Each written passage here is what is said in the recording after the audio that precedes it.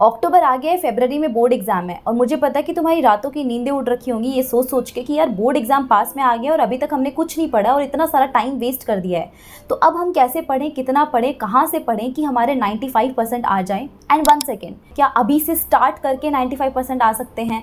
तो यार तुम्हारे क्वेश्चन का आंसर है येस, आ सकते हैं। इस वीडियो में मैं तुम्हें एक चैलेंज देने वाली हूँ। अगर उस चैलेंज को एक्सेप्ट करते हो और जो स्ट्रैटेजी बताऊंगी उसको सिंसियरली फॉलो करते हो ना, तो डेफिनेटली 95% आएंगे। और ये सारी टिप्स जो इस वीडियो में बताऊंगी वो मेरी प्रूवन टिप्स हैं, जिसको मैंने फॉलो किया था अपने बोर्ड एग्जाम्स में। एज यू नो कि मैं इस चैनल के ऊपर जो भी टिप्स बताती हूँ मेरी सारी पर्सनल टिप्स होती हैं, इधर उधर का कोई साइंटिफिक ज्ञान नहीं है। तो प्लीज़ इस वीडियो को पूरा एंड तक देखना, ये वीडियो आपके लिए लाइफ चेंजिंग वीडियो हो सकती है। तो जल्दी से स्टार्ट करते हैं इस वीडियो को। My name is Ekta Soni, welcome back to this YouTube channel. यार देखो, मेरी स्ट्रैटेजी बिल्कुल सिंपल है। मैं तुम्हें कोई साइंटिफिक ज्ञान नहीं दे रही हूँ, अपनी पर्सनल टिप्स बता रही हूँ।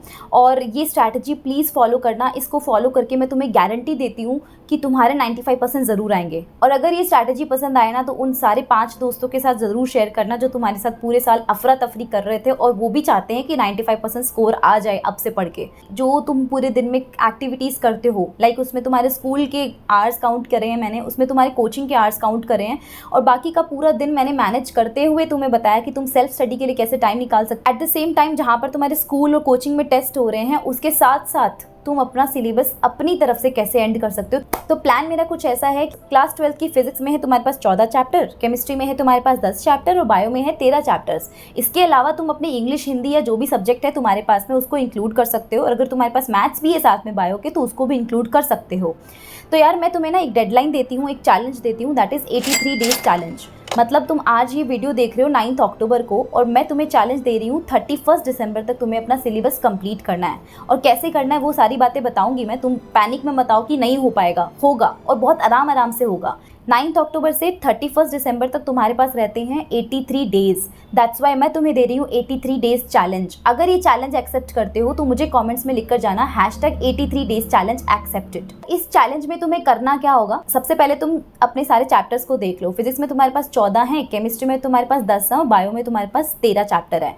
दैट मीन्स 83 डेज के अकॉर्डिंग अगर तुम 6 दिन लगाकर भी हर एक सब्जेक्ट का एक चैप्टर कंप्लीट करते हो, I am repeating my words, 6 दिन लगाकर भी एक सब्जेक्ट का एक चैप्टर कंप्लीट करते हो 6 दिन के अंदर, तो तुम्हारा सिलेबस आराम से 31 दिसंबर तक कंप्लीट हो सकता है। नहीं हो रहा भरोसा, खुद देख लो। यार तुम्हारे पास में टोटल फिजिक्स के 14 चैप्टर हैं, तुम्हारे पास डेज हैं 83, तो तुम देख लो कि आराम से तुम 6 दिन लगा के भी एक चैप्टर करोगे ना तो आराम आराम से होएगा। और इतना बड़ा भी नहीं होता कि तुम्हें बहुत ज़्यादा टाइम लग जाए, और इससे ज़्यादा टाइम तो लगेगा नहीं मेरे ख्याल से। तो इन 6 दिन के अंदर ना तुम्हें अपनी सेल्फ स्टडी को कुछ इस तरीके से मेंटेन करना है कि स्कूल का टाइम और कोचिंग का टाइम, उनकी स्टडी अलग, उनके टेस्ट अलग, और तुम्हारा प्लान अलग होना चाहिए। तुमने अपने आप को एक गोल दिया, लेट्स सपोज कि ये फिजिक्स का चैप्टर कंप्लीट होना चाहिए by the end of this week, तो वो होना ही चाहिए।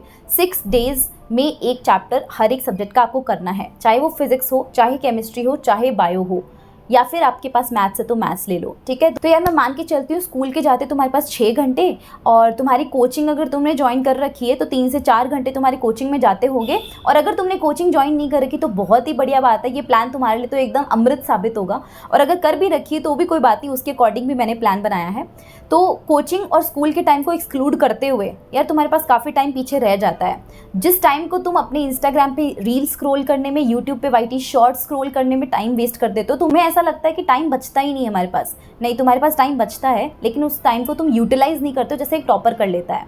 तो बस यहीं पर तुम्हें थोड़ा चेंज लाना है अपने अंदर। और कैसे करना है कि 2 घंटे हर दिन तुम्हें अपने लिए सेल्फ स्टडी के लिए निकालने ही निकालने हैं। मतलब तुम कहाँ से निकाल रहे हो, स्कूल से आने के बाद 2 घंटे पढ़ रहे हो, कोचिंग से आने के बाद 2 घंटे पढ़ रहे हो, सुबह जल्दी उठ के पढ़ रहे हो, रात में लेट पढ़ रहे हो, आई डोंट केयर, बट तुम्हें 2 घंटे खुद की सेल्फ स्टडी के लिए निकालने हैं। और उस 2 घंटे की सेल्फ स्टडी के अंदर तुम वो चैप्टर बिल्कुल नहीं पढ़ोगे जिसका टेस्ट तुम्हारे स्कूल या कोचिंग में होने वाला है। उस 2 घंटे में सिर्फ तुम्हारा मी टाइम होना चाहिए। उस मी टाइम में तुम्हें वही चैप्टर पढ़ना है इसका गोल तुमने खुद को दिया है। और ये खुद का गोल लिस्ट ना बनाना शुरू कर दो, क्योंकि अगर स्कूल या कोचिंग के टेस्ट के अकॉर्डिंग चलोगे तो नहीं हो पाएगा तुमसे सिलेबस कंप्लीट, और ना ही तुम्हारा रिवीजन अच्छे से हो पाएगा।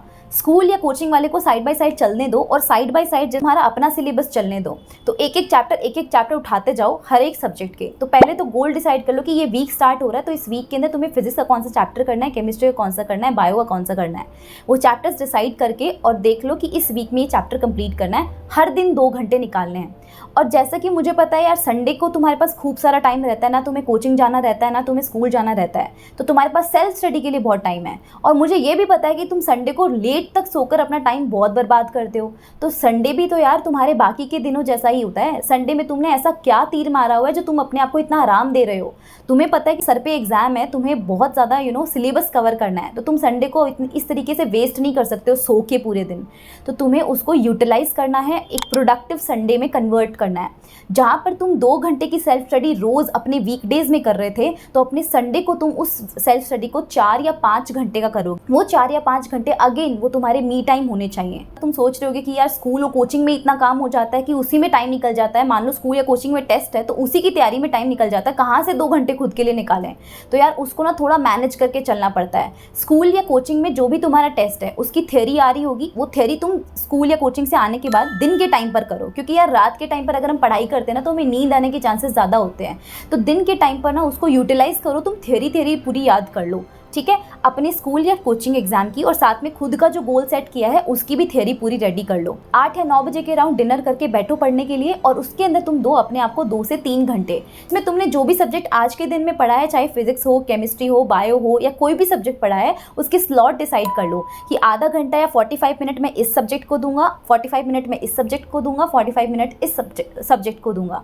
उस 45 मिनट के स्लॉट के अंदर तुम्हें क्वेश्चन प्रैक्टिस करनी होगी। रात के टाइम पे क्वेश्चन प्रैक्टिस करनी है और दिन के टाइम पे तुम्हें थ्योरी करनी है। ये मेरा बेसिक पॉइंट है।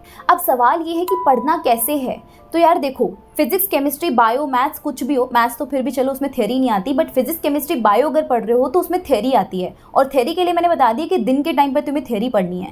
थ्योरी कहाँ से पढ़नी है? अपने नोट्स से जो तुमने स्कूल या कोचिंग में प्रिपेयर किए हैं, या तुम यूट्यूब वीडियोज़ देखकर अपने नोट्स प्रिपेयर करते हो। खुद के नोट्स प्रिपेयर करने मैं तुम्हें हमेशा से कहती आई हूँ, नोट्स खुद के प्रिपेयर करो, उन नोट्स से पढ़ाई करो। और फिजिक्स में इतनी ज़्यादा ज़रूरत नहीं है एनसीईआरटी को लाइन बाय लाइन पढ़ने की। काफ़ी सारे बच्चों के मन में डाउट रहता है कि फिजिक्स को लाइन बाय लाइन पढ़ना चाहिए कि नहीं पढ़ना चाहिए। बिल्कुल भी नहीं पढ़ना चाहिए, इतना कोई मैंडेटरी नहीं होता है। हाँ, फिजिक्स के जो एनसीईआरटी के क्वेश्चंस है वो ज़रूर सॉल्व करने चाहिए। तो एनसीईआरटी कहाँ भी पढ़नी है? केमिस्ट्री और बायो के लिए तुम्हें अच्छे से एनसीईआरटी पढ़नी होगी लाइन बाय लाइन, ठीक है। थ्योरी वहाँ से रेडी करनी है, नोट्स प्लस एनसीईआरटी।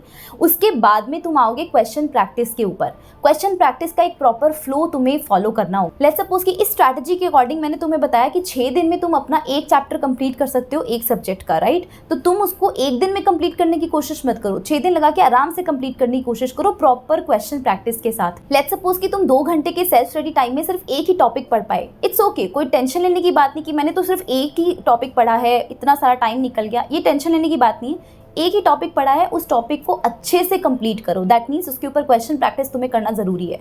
अब तुम सोच रहे हो कि यार टॉपिक वाइज क्वेश्चन कहाँ से ढूंढे? तो यार टॉपिक वाइज क्वेश्चन के लिए तुम्हें टेंशन लेने की ज़रूरत नहीं है। मैं तुम्हें बता रही हूँ बेस्ट बुक जिसमें तुम टॉपिक वाइज क्वेश्चन देख सकते हो। ओसवाल पब्लिकेशन की बुक मैं तुम्हें बताती हूँ यार। इस बुक के अंदर तुम्हें बहुत सारी चीज़ें मिल जाएंगी, टॉपिक वाइज क्वेश्चन बहुत अच्छे से मिल जाएंगे। और टॉपिक वाइज क्वेश्चन ऐसे वैसे नहीं है, प्रीवियस ईयर क्वेश्चन हैं। तो बहुत ज़्यादा मतलब सोने पे सुहागा वाली बात हो गई है कि अगर तुम एक टॉपिक पढ़ रहे हो, उस टॉपिक से तुम सारे टाइप के 1 मार्क, 2 मार्क, 3 मार्क, 5 मार्क सारे टाइप के क्वेश्चन सॉल्व कर लेते हो, वो भी प्रीवियस ईयर क्वेश्चन। तो तुम्हें बहुत अच्छा आइडिया लग जाता है कि उस टॉपिक से किस तरीके के क्वेश्चंस आए हुए हैं। इस बुक के अंदर आपको टॉपिक वाइज क्वेश्चन मिल जाएंगे हर एक सब्जेक्ट के लिए, फिजिक्स के लिए, केमिस्ट्री के लिए, बायो के। तो सबसे पहले तो ये करोगे, टॉपिक पढ़ो, उसके टॉपिक वाइज क्वेश्चन सॉल्व करो वहीं के वहीं, ताकि क्वेश्चन सॉल्व करने वाला लोड तुम्हारे ऊपर ना रहे।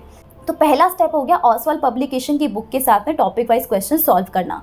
दूसरा स्टेप हो जाता है तुम्हारा एनसीईआरटी के इन टेक्स्ट क्वेश्चन। लेट्स सपोज एक टॉपिक कंप्लीट किया, तो एक टॉपिक कंप्लीट करने के बाद अगर वहाँ पर कोई इन टेक्स्ट क्वेश्चन है या एग्जाम्पल है, उसको वहीं के वहीं सॉल्व कर लो। वो उतना पोर्शन हो गया। फिर थर्ड स्टेप आता है तुम्हारा कि जैसे ही तुम्हारा पूरा चैप्टर कंप्लीट हो जाता है, ऐसे टॉपिक करते करते एक पूरा चैप्टर अगर तुम्हारा 6 दिन या 5 दिन में कंप्लीट होता है, तो तुम उसको क्या करोगे? एनसीईआरटी के सारे एक्सरसाइज क्वेश्चन लगाओगे। फिर चौथा स्टेप आता है, जैसे ही पूरी एनसीईआरटी का काम निपट जाता है ना, अब तुम आओगे 10 ईयर के प्रीवियस ईयर क्वेश्चंस पे।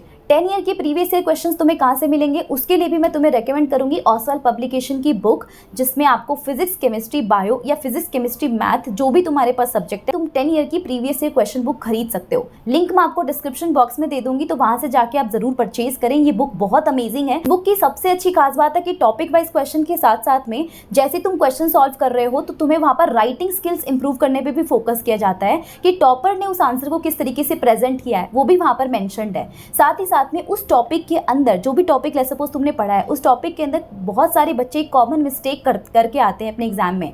इस बुक में ये चीज मेंशन करी हुई है कि कहाँ पर ज्यादा तुम्हारे कॉमनली मिस्टेक होती है, तो वो मिस्टेक तुम ना अपने एग्जाम में करके आओ। सबसे अच्छी जो खास बात तो मुझे लगती है कि जैसे तुम्हारा पूरा चैप्टर कंप्लीट हो जाता है और लेट्स सपोज कि तुम खाली बैठे हो एक बार के लिए, तुम किताबें नहीं खोलना चाहते हो, तो तुम यहाँ पर इसका माइंड मैप खोल सकते हो। एक पेज में पूरा चैप्टर माइंड मैप के रूप में समराइज करा हुआ है। लास्ट मोमेंट पे भी तुम्हें रिवीजन में बहुत काम आएगा। तो ये बुक तुम्हारे लिए बहुत ज़्यादा अच्छी साबित हो सकती है। तो मैं डेफिनेटली तुम्हें स्ट्रांगली रेकमेंड करूंगी। मैंने तुम्हें फिजिक्स के लिए भी रेकमेंड करी, केमिस्ट्री के लिए भी करी, और मैं बायो के लिए भी कर रही हूँ। और लिंक मैं आपको डिस्क्रिप्शन बॉक्स में दे रही हूँ, वहाँ से जाके परचेज कर लो। और ये चीज़ ना तुम्हें रोज़ करनी है, एक दिन नहीं, 2 दिन नहीं, 3 दिन नहीं, रोज़ तुम्हें मोटिवेटेड होकर ये करना ही है, खुद को पुश करना है। हो सकता है तुम्हारा इन 83 डेज में गिव अप करने का मन करे, लेकिन यार गिव अप नहीं करना है। अगर तुमने गिव अप कर दिया ये 83 डेज चैलेंज, जिस भी दिन तुम ये 83 डेज चैलेंज गिव अप करोगे, याद रखना उसी दिन से वापस तुम्हें जीरो से स्टार्ट करना पड़ेगा। दिसंबर जैसे ही खत्म हो जाएगा, तुम्हें इतना कॉन्फिडेंस आएगा अपना सिलेबस कंप्लीट करके, और बहुत अच्छे से कंप्लीट करके। ऐसे भी नहीं कि फटाफट पढ़ के निपटा दिया, नहीं, अपना आराम से सिलेबस तुमने कंप्लीट किया होगा। फुल टेस्ट होते हैं, कोचिंग टेस्ट होते हैं, इनको हल्के में मत लेना, इनको भी साथ साथ प्रिपेयर करते रहना। अपना टाइम टेबल जो है, इसके ऊपर तुम्हें अलग से टाइम निकालना है। पार्ट टाइम है तुम्हारा, ये फुल टाइम तुम्हारा स्कूल और कोचिंग है, उसको करते जाओ।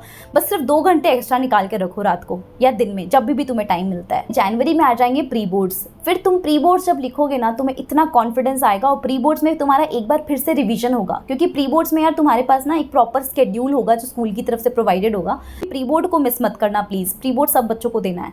प्री बोर्ड में जितने भी चैप्टर्स आएंगे उनको यार तुम एक बार फिर से रिवाइज कर रहे होगे, तो तुम सोचकर देखो तुम्हारा कितनी बार रिवीजन हो चुका होगा। मेन एग्जाम आ जाएगा फरवरी मार्च के अंदर, फरवरी में भी हो सकता है, मार्च में भी हो सकता है, तो तुम्हारे फरवरी मार्च को काउंट नहीं करते हैं, वो तो तुम्हारे पैनिक वाले डेज होंगे कि भाई क्या करें। उसके लिए अलग से मैं आपको बताऊंगी कि कैसे करना है। और हाँ, एक सबसे बेस्ट टिप मैं तुम्हें दे देती हूँ कि अब जैसे अब तुम ये चैलेंज अगर एक्सेप्ट कर रहे हो, जो कि मैं होप करती हूँ कि तुम एक्सेप्ट कर रहे हो, अब से लेकर दिसंबर या जनवरी तक जब तुम्हारे प्री बोर्ड्स खत्म होते हैं, वहाँ तक जितने भी तुम्हारे स्कूल में टेस्ट होते हैं, कोचिंग में टेस्ट होते हैं या प्री बोर्ड्स में होते हैं, तो जो भी पेपर तुम्हें मिल रहे हैं ना, उनको कलेक्ट करके एक फाइल में ज़रूर डालते रहना। मतलब ये एक गोल्डन टिप है जो मैंने तो अपने एग्जाम्स में फॉलो करी थी कि मेरे पास जो भी टेस्ट आते थे, स्कूल में नॉर्मल सा भी टेस्ट होना, 10 नंबर का टेस्ट होता था ना, उसको भी मैं क्या करती थी ना, प्रिंट निकलवा के उसका और अपने एक फाइल में डालती थी। जो मेरी आंसर शीट होती थी ना स्कूल टेस्ट के अंदर, उन सबको एक फाइल में इकट्ठा करती थी, और जितने भी पेपर्स हैं उनको भी इकट्ठा करती थी। अब मैं क्यों इकट्ठा करती थी, क्योंकि जैसे ही मेरे प्री बोर्ड्स खत्म हो जाते थे, तो मैं क्या करती थी ना, 2-3 दिन निकाल के उसको, जितने भी पेपर्स हैं, जितनी भी मेरी आंसर शीट्स हैं, मैं उसको गो थ्रू करती थी। उससे क्या होता है कि जितने भी वो क्वेश्चंस हैं ना, वो वापस रिमाइंड होते हैं। कहीं पर भी तुमने गलती करी होगी तो तुम्हें पता चल जाएगा कि उस टेस्ट में मैंने ऐसी गलती करी थी, मुझे वापस नहीं करनी कभी गलती से भी। अगर वो सेम क्वेश्चन बोर्ड एग्जाम में आता है तो वैसी गलती तुम्हें रिपीट नहीं करनी है। तो यार ये बेस्ट वे हो सकता है अपनी गलतियों को रिमाइंड करवाने का। तो एक फाइल ले लो, जितने भी टेस्ट पेपर हो रहे हैं, जितने भी एग्जाम्स तुम लिख के आ रहे हो, पेपर्स दे रहे हो ना, सबको इकट्ठा करते जाओ। बहुत अच्छी टिप है ये, फॉलो ज़रूर करना है इसको। और मुझे प्लीज़ कॉमेंट्स में लिख कर जाना #83 days चैलेंज एक्सेप्टेड। हम करके दिखाएंगे 95%। और यार करना ही पड़ेगा, तुम्हारे सिवा कोई और नहीं कर सकता।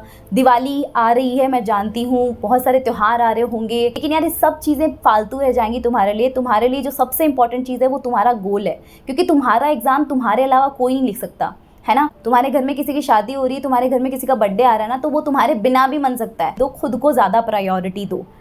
I hope you like this video, और ये स्ट्रैटेजी अच्छी लगी होगी। तो लगी हो तो प्लीज़ अपने दोस्तों के साथ शेयर करना, चैनल को सब्सक्राइब जरूर करके जाना। इस चैनल पे जब 15 के सब्सक्राइबर्स हो जाएंगे तो मैं एक गिव अवे और लेकर आऊँगी, क्योंकि लास्ट टाइम 10K के ऊपर मैंने गिव अवे किया था बुक्स का, जिसमें काफ़ी सारे बच्चों के रिस्पॉन्सेज मुझे आए। तो 15K के ऊपर मैं एक और गिव अवे करने वाली हूँ, तो जल्दी से सब्सक्राइब कर दो चैनल को और वीडियो को लाइक करके ज़रूर जाना। थैंक यू सो मच, मिलते हैं नेक्स्ट वीडियो में।